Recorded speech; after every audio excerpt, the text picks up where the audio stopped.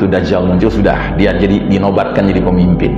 Tapi ternyata sebelum Dajjal muncul Allah punya rencana lain, dihancurkan teknologi canggih ini, dengan peradaban canggih ini, ya, sehingga mereka gigit jari, ya. Dan kita umat Islam tinggal menyiapkan diri, ya, berbaris di belakang sang pemimpin, the certified leader, pemimpin yang dapat sertifikasi dari Allah Subhanahu wa Ta'ala.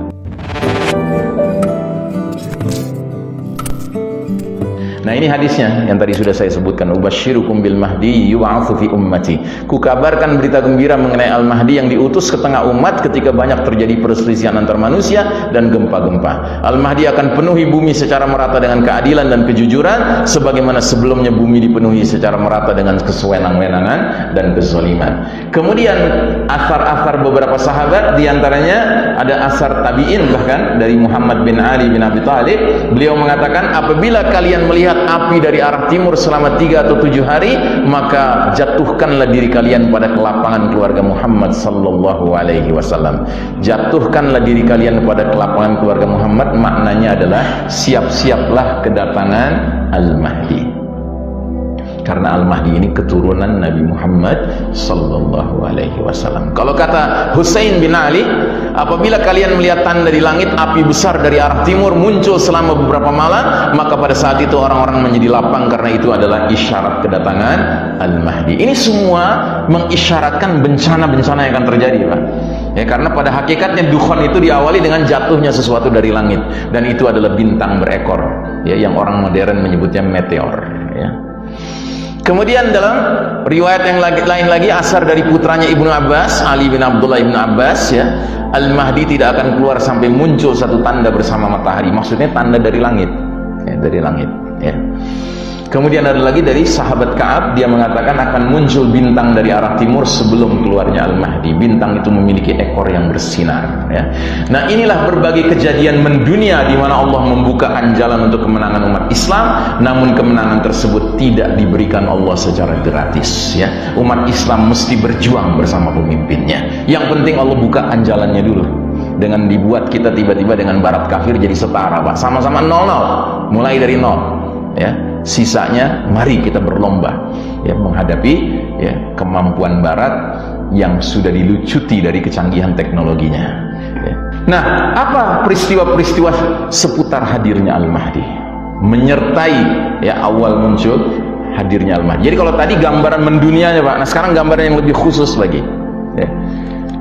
Beberapa peristiwa seputar hadirnya Al-Mahdi: satu, perselisihan saat wafatnya seorang pemimpin; dua, keluarnya seorang lelaki dari Madinah lari menuju Mekah; tiga, lelaki itu dipaksa keluar untuk dibaiat, ya.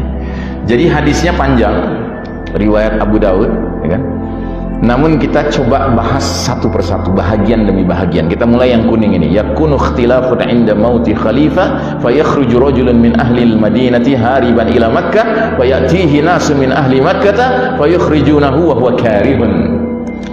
Akan terjadi perselisihan, chaos, kekacauan sosial politik ekonomi saat matinya seorang khalifah. Lalu seorang laki-laki yaitu Al-Mahdi akan keluar dari Madinah pergi menuju Mekah. Lantas beberapa orang dari penduduk Mekah mendatangi Al-Mahdi. Mereka memaksanya keluar dari dalam rumahnya meskipun laki-laki itu, Al-Mahdi itu, tidak menginginkannya. Nah, ada yang mengatakan dengan Nabi menggunakan kata matinya khalifah, berarti sebelum Al-Mahdi muncul sudah ada khilafah. Apa benar demikian? Ya. Ternyata Syekh Mubayyad dalam kitabnya Ensiklopedia Akhir Zaman halaman 725 mengatakan bahwa urusan kematian seorang khalifah ini bukan menggunakan bentuk ma'rifat tetapi bentuk nakirah. Mari kita lihat aslinya. Yakunu ikhtilafun 'inda mauti khalifah. Ma'rifah itu artinya pakai alif lam, Pak. Al-khalifah. Kalau nakirah tanpa alif lam. Ini khalifahnya pakai alif lam enggak, Pak? Tidak pakai alif lam. Ini kaidah bahasa. Kalau nggak pakai alif lam, itu maknanya apa? Maknanya khalifah yang mungkin diterima oleh sebagian umat Islam, tapi sebagian lain tidak menerimanya. Kalau al-khalifah sudah tertentu, ini khalifah untuk seluruh umat Islam. Gitu. Nah, kira-kira di mana itu adanya yang seperti itu? Yang jelas hadis ini berbicara tentang tempat akan munculnya Al-Mahdi itu berkaitan dengan kota Mekah dan Madinah. Negara mana sekarang yang mencakup Mekah dan Madinah? Arab Saudi. Ya. Kalau disebut khalifah, negara mana hari ini yang secara resmi masih menyatakan syariat Islam berlaku? Arab Saudi. Ya kan? Negara mana sekarang ini yang warganya menganggap rajanya seperti khalifah? Arab Saudi. Ya kan? Negara mana hari ini yang kalau mengangkat pemimpinnya caranya apa? Dibayar. Arab Saudi. Maka pengamat akhir zaman sangat peduli dengan apapun yang terjadi di Arab Saudi, khususnya kaitan dengan wafatnya seorang pemimpin mereka. Kalau wafatnya pemimpin mereka tiba-tiba terjadi ikhtilaf, kekacauan, perselisihan, chaos, economic and political and social, itu berarti tanda isyarat tampak-tampaknya Al-Mahdi muncul tidak lama lagi. Bagaimana kondisi Saudi sekarang? Kata orang Malaysia, truk sangat. Kenapa? Karena Raja Saudi Salman telah mengangkat putra mahkotanya, anak kandungnya sendiri, inisial MBS, Muhammad bin Salman, dan diberi wewenang kekuasaan yang begitu besar sampai-sampai rakyat Saudi sudah mulai ragu, ini yang raja siapa ini, Salman apa Muhammad bin Salman? Sementara Muhammad bin Salman liberalnya luar biasa, Pak. Sejak kepemimpinan beliau, bioskop mulai beroperasi lagi di Saudi. Dalam pengertian umum, Pak, bukan dalam pengertian bioskop film-filmnya Islami, tidak. Bioskop dalam pengertian umum, nggak ada pintu khusus rijal, pintu khusus nisa, tidak, campur aduk. Bahkan konser musik sudah terjadi sekarang di Arab Saudi. Yang diundang siapa? Penyanyi-penyanyi barat, Pak. Dengan penampilannya seperti di barat juga. Bukan kemudian mereka nyanyi pakai jilbab, tidak. Diskotek bahkan sudah diresmikan. Kapan diresmikannya? Awal musim haji kemarin, Pak. Awal musim haji, jamaah haji dari berbagai penjuru dunia mulai berdatangan, dibuka bioskop, diskotek. Ya. Na'udzubillahimindzalik, ya.